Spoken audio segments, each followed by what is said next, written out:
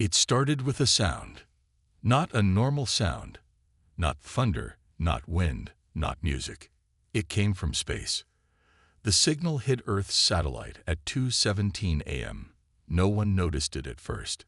It was just a strange beep, repeating every 10 seconds. Beep, beep, beep. At NASA's Space Center, a young scientist named Sarah leaned back in her chair and stared at the screen. "This is weird," she said. Her colleague, Dr. Rehan, looked up from his coffee. "Another false alarm." "No, it's too perfect. Look." She pointed to the signal wave. "It's not random. It's like a code." Dr. Rehan leaned closer. His face turned serious. "Call the director," he said. Within 1 hour, a secret emergency meeting was held. People from all around the world joined through encrypted lines. The United Nations, top military leaders, and science advisors. "This signal is not natural," the NASA director said. "It's artificial. And there's a pattern." The screen behind him showed a countdown. 73 hours. That's when it would end.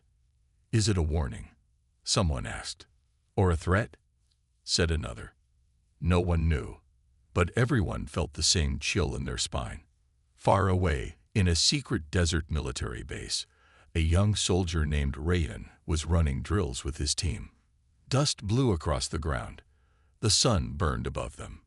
He was fast, smart, calm. That's why he was chosen. That evening, he was called into a private room. A general sat in front of him. "Rayan, how much do you know about space?" Rayan raised an eyebrow. "I know it's big, sir." The general didn't smile. He slid a tablet across the table. "Watch this." Rayan saw the signal. Then he saw the countdown. Then he saw satellite images of something strange. A black object, the size of a building, floating near Earth's orbit. Not moving. Just watching. "We believe it's a ship," the general said. "Alien?" "Yes." Rayan leaned forward. "Are we at war?" "Not yet," the general said. "But something is coming, and we need people like you ready." Back at NASA, Sarah and Dr. Rehan worked day and night to decode the signal. As the clock ticked down, more signals started appearing, not just from space, but inside Earth's atmosphere. Like echoes, like replies. On the final night before the countdown ended, Sarah discovered something terrifying. "It's a map," she whispered. "The signal is showing locations on Earth. Cities, bases, power plants. They've been scanning us," Rehan said. Suddenly, all the screens went black. The signal stopped. Silence. The countdown hit 0. And then the sky changed. In cities around the world, New York, Tokyo, Karachi, Istanbul, Cairo, people looked up and saw it. A massive black ship in the sky. No lights, no sound, just floating. No message, no warning. Suddenly, people began disappearing, one by one, like someone erased them from reality. In the desert base, alarms screamed. Rayan was already in gear, ready with his unit. "Sir, what's happening?" he shouted as jets launched into the sky. "They're not here to talk," the general replied. "They're taking people." "Why? What do they want?" "We don't know," the general said, "but you're going out there to find out." Rayan's team was airdropped into a city that went completely silent after the ship appeared. Karachi. No signal, no people, no noise. They moved through the streets. Empty cars, food still hot on tables, phones ringing.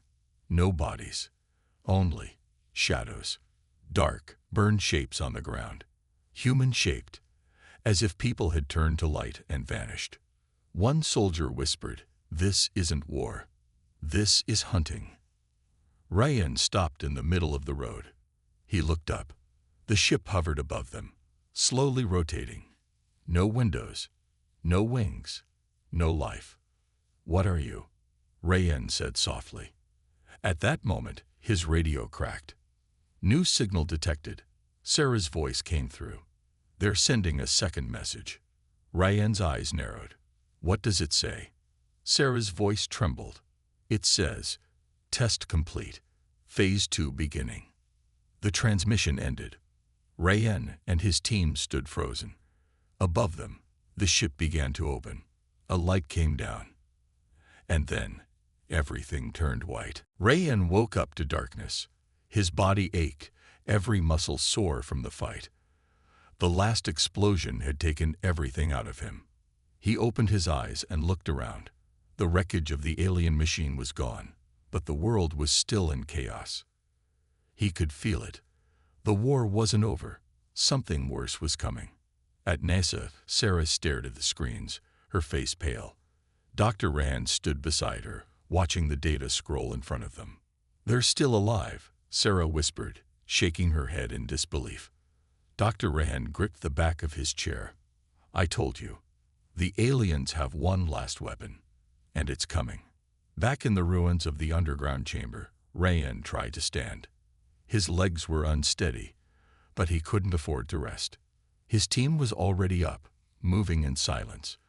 They knew what was coming. The aliens weren't finished. Not yet. Ryan approached them. It's not over, he said. We've destroyed their machines, but there's one last thing we need to stop. One of his soldiers spoke, her voice full of fear. What is it? What's left? Ryan didn't answer immediately. His eyes met each of theirs, and for a moment, they all understood the gravity of the situation. The fight wasn't just for survival. It was for the future of humanity. We have to make a choice, Ryan said. The last weapon.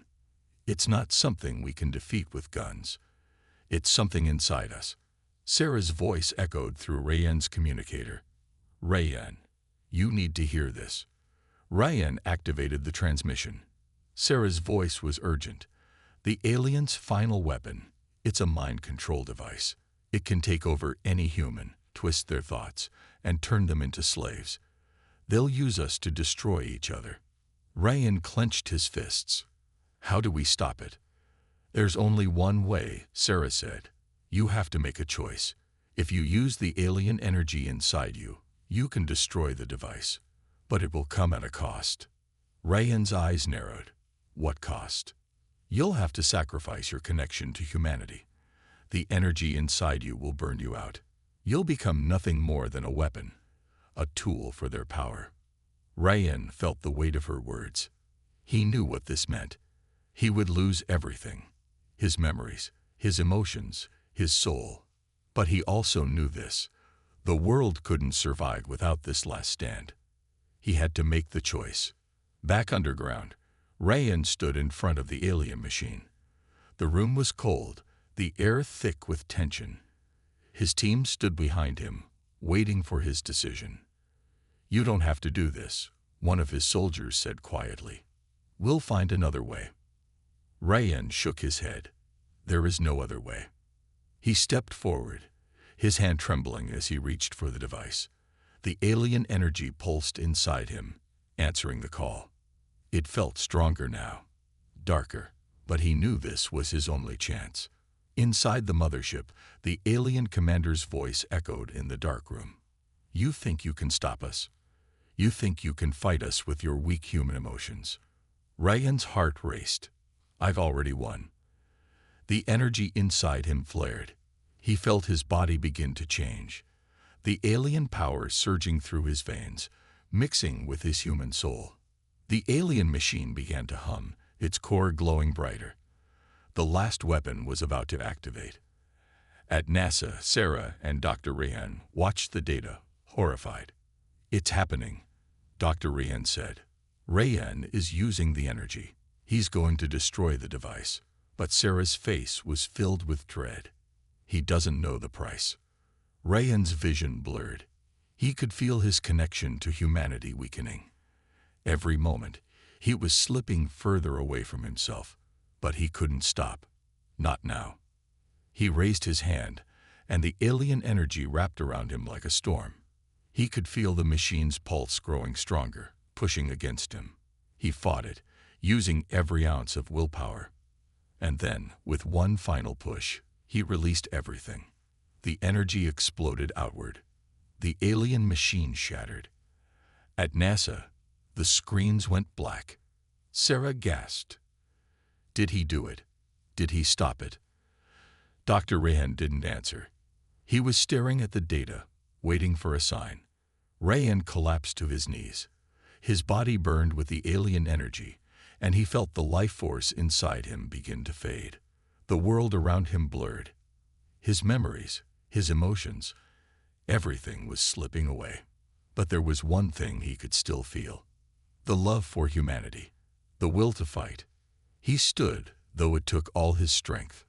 Back at NASA, Sarah's voice came through the radio again. Rayan, are you there? Can you hear me? Rayan's voice came through weakly. I'm still here, but I don't know for how long. His team rushed to his side, but Rayan pushed them back. I did what I had to do, he said, his voice hoarse. The world is safe now. He looked up at the sky, his vision fading. For a moment, everything was silent. Then, the stars above seemed to shine brighter. The war was over. Humanity had won. And Rayan, the last human standing, had made the ultimate sacrifice. The end. He couldn't wait any longer. With every ounce of his will, he reached out to the alien energy, the same way he had before. But this time, he was angry, furious. This is my planet, he screamed. His words echoed through the alien systems, a shockwave of emotion. The mothership trembled. The energy beam faltered. At NASA, Sarah's eyes widened. It's working. Dr. Rayan looked at the data. Rayan, he's turning their weapon against them. Inside the mothership, the alien leaders screamed in confusion. The final weapon began to destabilize. It's not possible, one of them shouted. This human, he's controlling our energy. Rayan stood tall, his body glowing with power. He felt the entire alien network within him, connected by the emotions of humanity. With a final roar, he sent one last wave of energy into the mothership's core. The mothership exploded. The shockwave shook the ground. For the first time in days, Rayan breathed freely. Rayan stood in the burning ruins of the alien mothership. The air was thick with smoke and the smell of destruction. The sky above was still dark, but something had changed. There was a shift, a sense of silence. The alien invasion was over. But there was one thing Rayan knew. The real fight had only just begun. Back at NASA, Sarah and Dr. Rayan stared at the satellite feeds, watching the smoke rise from the last alien ship that had exploded. Sarah's voice trembled. It's over, isn't it? Dr. Rayan shook his head. Not yet. We still don't understand everything they were planning. That weapon, it wasn't the only one. Rayan turned to his team. They were standing, battered but alive. They'd all seen too much. They were the survivors. But now, they had to face the truth. The aliens weren't just invaders. They were invincible, and their technology was still out there. As they walked away from the wreckage, Rayan's thoughts raced. He had just connected with their energy, but it felt incomplete. Like there was something more, something worse. The ground suddenly shook beneath them. They stopped. A low hum filled the air. The last mothership's explosion had not destroyed everything. It had only awakened something deeper, and Rayan could feel it. He grabbed the alien spear from his belt. This time, it wasn't just a weapon. It was a connection, a bridge between two worlds, between humanity and the unknown. Inside NASA's bunker, Dr. Rayan stared at his screens in disbelief. They're still here, he whispered. The aliens, they've hidden something. Sarah ran to his side. What do you mean? They have technology beneath the planet's surface, and now it's coming online. Rayan's team rushed toward the abandoned military base nearby. The ground rumbled beneath their feet as they neared the entrance to a hidden underground facility. The massive steel doors creaked open, revealing darkness. "Do you think we can survive this?" one of his soldiers asked, fear in their eyes. Rayan didn't answer immediately. He stared at the darkness ahead. He wasn't sure they could survive this either, but there was no choice. They had to keep fighting. No sound, no warning, just light, and then silence. When Rayan opened his eyes, he was lying on the ground. The rest of his team was unconscious, but alive. Above them, the alien ship floated, still and cold like a dead moon. The light was gone. He stood up slowly, scanning the surroundings. The city was still empty. No cars moving, no voices, no animals, not even wind. Just shadows on the ground where people once stood. Meanwhile, at NASA's control room, chaos had taken over. More ships appearing, Sarah said. London, Moscow, Lahore, Seoul, Cape Town. Dr. Rayan stared at the satellite feed. They're everywhere now. On the screen, dark ships appeared over each major city, all in complete silence. No attack, no explosions, but people were vanishing. Not killed, just erased. It was like the aliens didn't see humans as enemies, just as test subjects. Back in Karachi, Rayan tapped his radio. "HQ, this is Rayan. We are alive, but the city is empty." The radio hissed. Then a broken voice came through. "Rayan, we lost contact with Islamabad." Ship appeared there too. "What do they want?" Rayan asked. "We don't know, but we're seeing power surges in the ships, like they're charging up. You need to move." Rayan's team headed toward the city's power grid. Maybe they could learn something. As they moved through the streets, they saw strange marks on buildings, like someone had carved symbols into the walls with lasers. One soldier whispered, "Are these warnings?" Rayan didn't answer. He was watching the sky. Suddenly, a loud thud shook the ground. The team ran toward the sound and stopped. Something had landed. Not a ship, not a drone. An alien. It was tall, almost 7 feet. Its skin looked like metal and glass. No eyes, no mouth, just smooth armor with blue lights running through it. It didn't walk. It floated just above the ground. Rayan raised his weapon, but the alien didn't attack. Instead, it looked directly at him, as if it knew him. Then it lifted one hand. A blue wave pulsed through the air. Rayan's teammates screamed and fell to their knees. Their bodies froze in place like statues. Rayan felt the wave hit him too, but it didn't stop him. His mind screamed. His body burned, but he stayed standing. The alien tilted its head, confused. It moved closer. Rayan didn't wait. He fired. The bullets passed through it like smoke. The alien disappeared into thin air, like it was never there. The blue wave vanished. His teammates gasped and stood back up, weak and shaking. "What was that?" one asked. Rayan was breathing hard. "I think it was scanning us, reading us like files."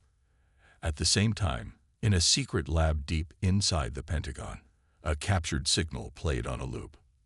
It wasn't just sound. It was data. Aliens were collecting information. Brainwaves, DNA patterns, emotional responses. "They're mapping the human mind," said a scientist. "Why?" "To understand us, or maybe to break us." Rayan's team found a hidden device near the power station. It looked like a metal egg, pulsing with blue light. "This wasn't here yesterday," the soldier said. "It's alien tech," Rayan replied. "But why place it here?" Sarah's voice came over the radio. "Rayan, we intercepted part of the second signal. It says, 'Begin Phase 2. Adaptation.'" "Adaptation," Rayan repeated. "They're learning, studying us, testing different reactions." "Like where?" "Animals in a lab," Rayan said. Then he turned toward the device. "Whatever this is, we can't let it stay." He gave the order. "Blow it." The explosion was loud. For the first time, the alien ship above moved. Not fast, not angry, just aware. It turned, slowly, facing the team's location. Rayan looked up. I think it knows who we are now. The sky above them darkened. Not clouds, but something else. More ships. Dozens. Hundreds.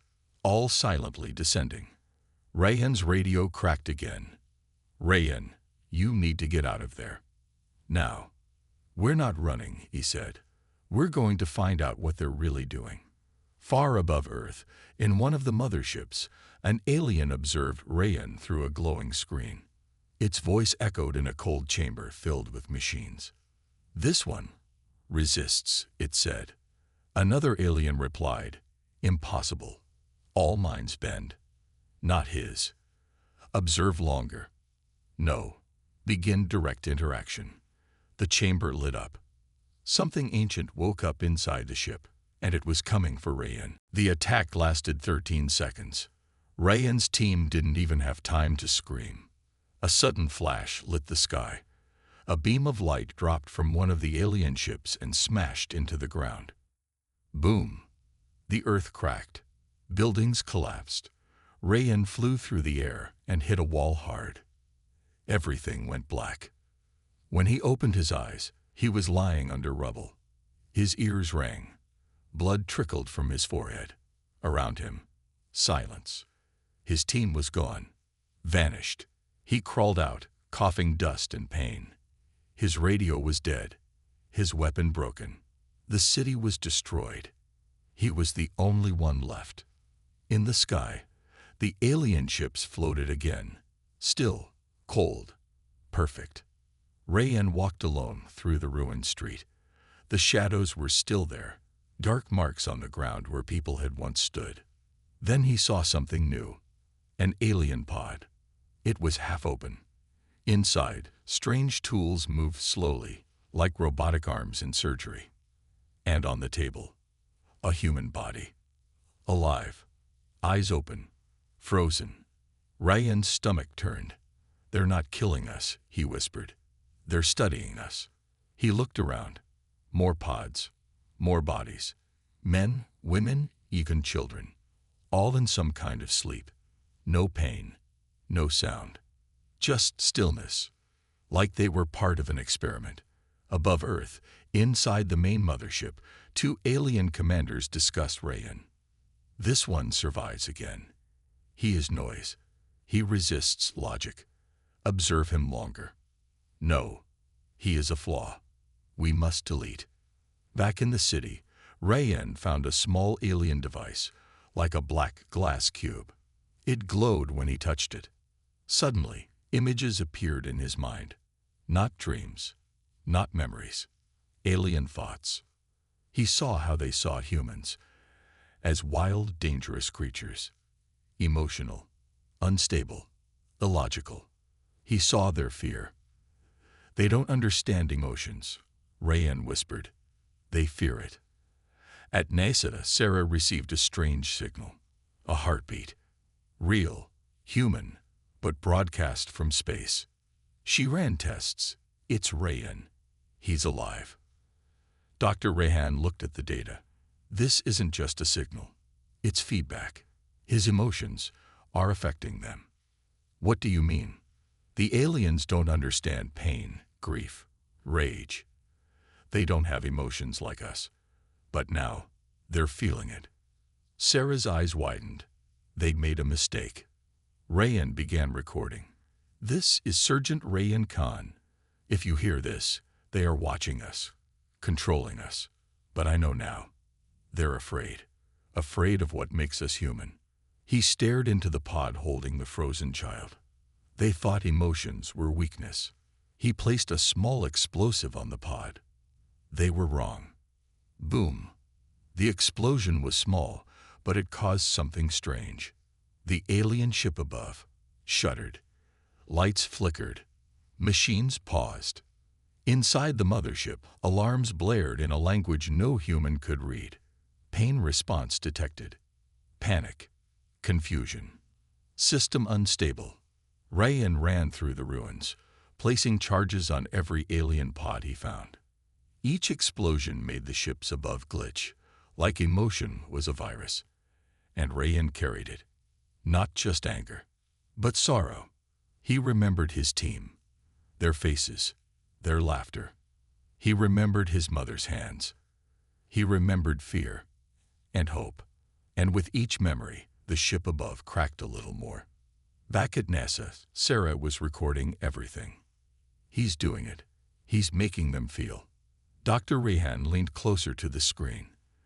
They didn't realize. Humans don't break from pain. They fight harder. Rayan found a final pod, and inside it was one of his soldiers, still alive, eyes open, barely breathing. Zaid, Rayan said. No response. He placed his hand on the pod. I'm getting you out. He planted his last explosive and ran. The blast shook the ground. But this time, something different happened. The sky cracked. Literally. A rift opened above the ship, like lightning cutting the air. Something inside the mothership screamed. Not metal, not machine, but something alive, something ancient. Inside the alien command center, red lights flashed. This human must be erased. Another voice replied. Too late. He has infected the system. Rayan watched the alien ship above him descend slowly, shaking, glitching. He raised his radio. If anyone can hear me, they made a mistake. Static. But then, Sarah's voice. Rayan, we hear you. We're sending help. He smiled. Tell them this is just the beginning. Meanwhile, Echo and Zara stood by the ocean, watching the waves crash on the shore. They could feel the power of the earth beneath them. The planet was alive, and so were they. It was as if the entire world was awakening, just like they had. Echo looked at Zara, his eyes glowing brighter. Do you think we're ready? Zara smiled. We're ready, but the world will need time to catch up. Echo nodded. And we'll be here, waiting. When the time comes, we'll show them what humanity can really do. Zara took a deep breath. We won't just be the last defense. We'll be the beginning of something new, something better.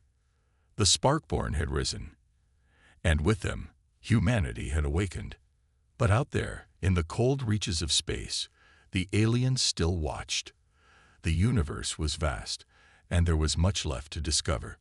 The Sparkborn were not just a symbol of strength. They were a promise. The promise of a new future, and the promise of a new beginning. The end. The world had changed. Where there were once cities filled with fear, now there were crowds filled with hope. The children who had been taken, the ones with the glowing eyes, were back, and they were not the same. They had brought something with them, something that the world had never seen before. In Nairobi, people gathered in the streets, watching as the children walked, their eyes glowing blue, silver, and gold. They were no longer just kids. They were the Sparkborn, the awakened, the ones who had broken free from the alien ships, and now they were ready to change the world. Zara stood in front, her voice calm but strong. We have learned what they wanted from us.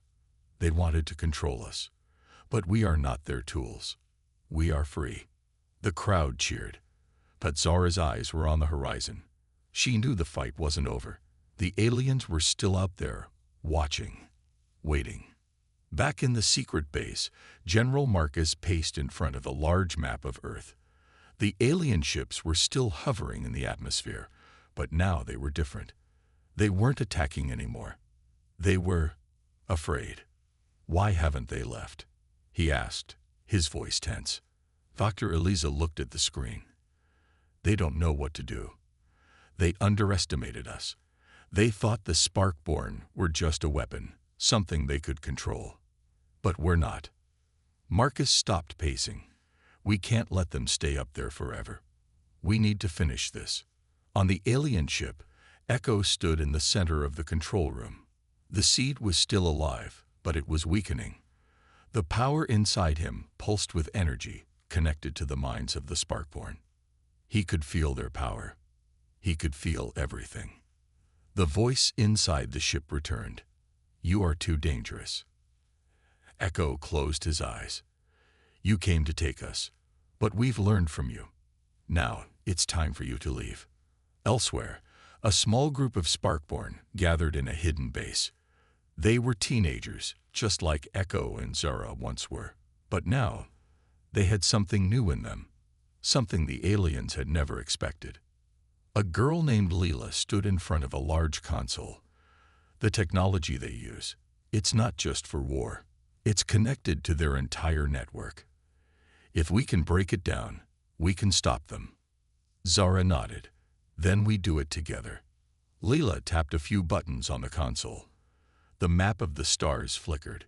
She smiled. "We've got their coordinates. We can find their home world." In the distance, Echo felt the pulse of the alien ships. "They're trying to leave," he said. "They're scared." Zara stepped forward. "We're not letting them escape. We're going to finish this." But Echo shook his head. "We're not killing them. We're going to change them." He turned to face the seed. His eyes glowed brighter. This is the moment, the one they feared. On Earth, the Sparkborn were preparing. All across the world, they gathered, forming a network of energy. They were no longer just children. They were the future. They were the resistance. General Marcus stood on the balcony of the base, looking up at the sky. The black ships still hovered, but they were no longer threatening. Now, they were just waiting. "We have to act," Marcus said. "If we don't, they'll rebuild." Dr. Elisa stepped beside him. "We're not just fighting for survival anymore. We're fighting for something bigger. For the future." The base hummed as Sparkborn moved through it, their eyes glowing with power. They were ready. Back in the control room of the alien ship, Echo extended his hand. The seed pulsed with energy, and the walls around him vibrated.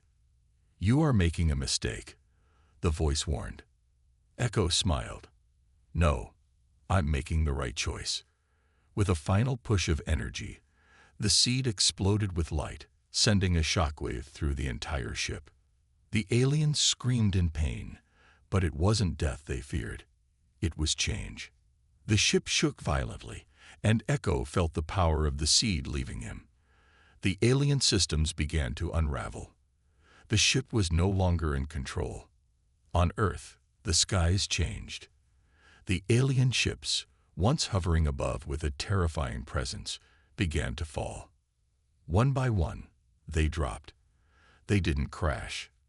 They simply landed. Zara watched from the ground. "They're giving up." The Sparkborn stood together, watching the sky. "They're afraid," Echo's voice echoed in her mind. "We've shown them that we can fight back, but we've also shown them that we don't need to destroy them.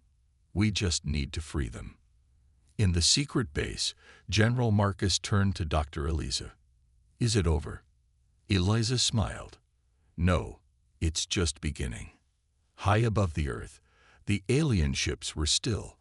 The leaders of the alien race, the ones who had once ruled the stars, now sat in silence, trapped by their own fear.